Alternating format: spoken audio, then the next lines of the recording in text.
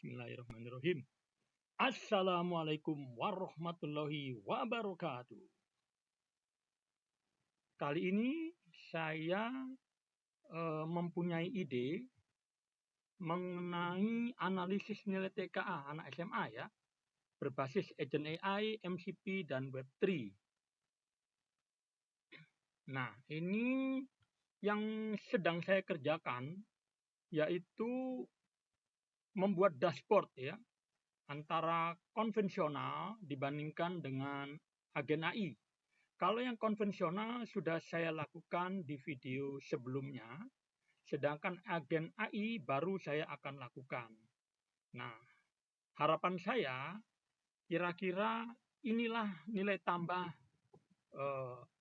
monitoring dengan menggunakan agen AI dibandingkan dengan cara konvensional. Contoh, kalau pada yang dashboard yang biasa atau konvensional itu kita tersedia grafik ya, atau grafik batang, grafik pie chart segala macam. Namun di situ kita tidak bisa melakukan dialog ya.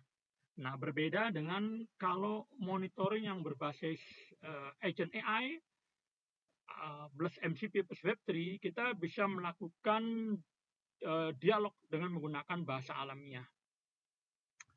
Nah, kedua, dari segi analisis, kalau kita menggunakan monitoring dashboard biasa, maka kita harus menyimpulkan sendiri dari data statistik apa yang kita lihat, ya. Jadi harus mikir, menyimpulkan sendiri.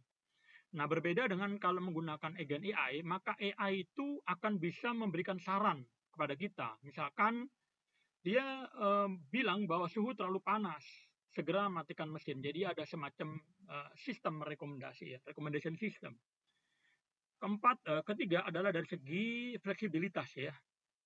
Pada dashboard itu terbatas fitur-fiturnya atau grafik-grafiknya ya, itu terbatas pada kode yang sudah ditulis, tidak fleksibel. Nah, berbeda dengan yang menggunakan agent AI ya, maka agent AI tadi itu bisa mengkombinasikan data blockchain dengan data internet ya. Dalam hal ini menggunakan seluruh services yang ada, aplikasi di luar dari sistem yang kita bikin ya. Anggap contoh misalkan kayak Google Sheet, kemudian Telegram, WA, dan lain-lain. Jadi dia bisa berhubungan dengan data cuaca, ya, dengan yang seluruh aplikasi yang bersifat services bisa kita hubungkan dengan sistem kita.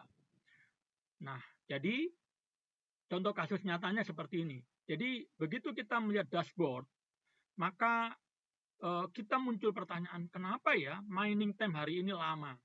Nah, maka kalau menggunakan dashboard biasa, dia tidak akan mampu menjawab pertanyaan kita. Kita lah yang harus mikir. Tapi kalau kita menggunakan agent AI, maka agent AI akan melakukan, dia baca blockchain, dia bandingkan difficulty-nya, dia cek latensinya, dia cek suhunya, kemudian dia bisa mengambil kesimpulan bahwa mining time itu meningkat karena difficulty-nya naik 20%.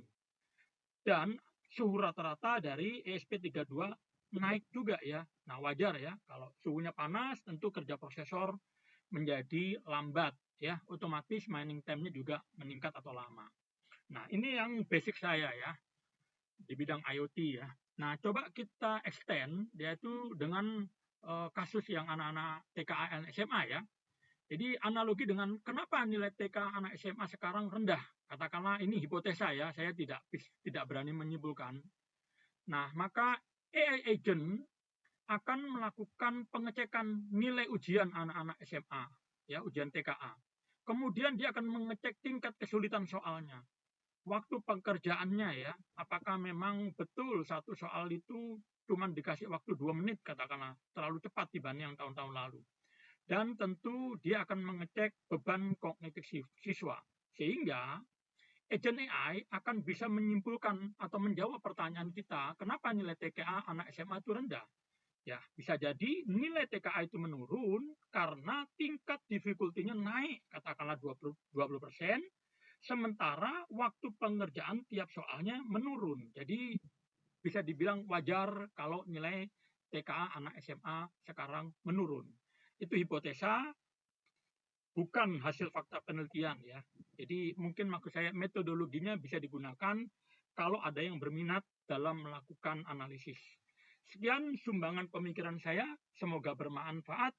Wassalamualaikum warahmatullahi wabarakatuh. Cie, cie, cie. Semangat.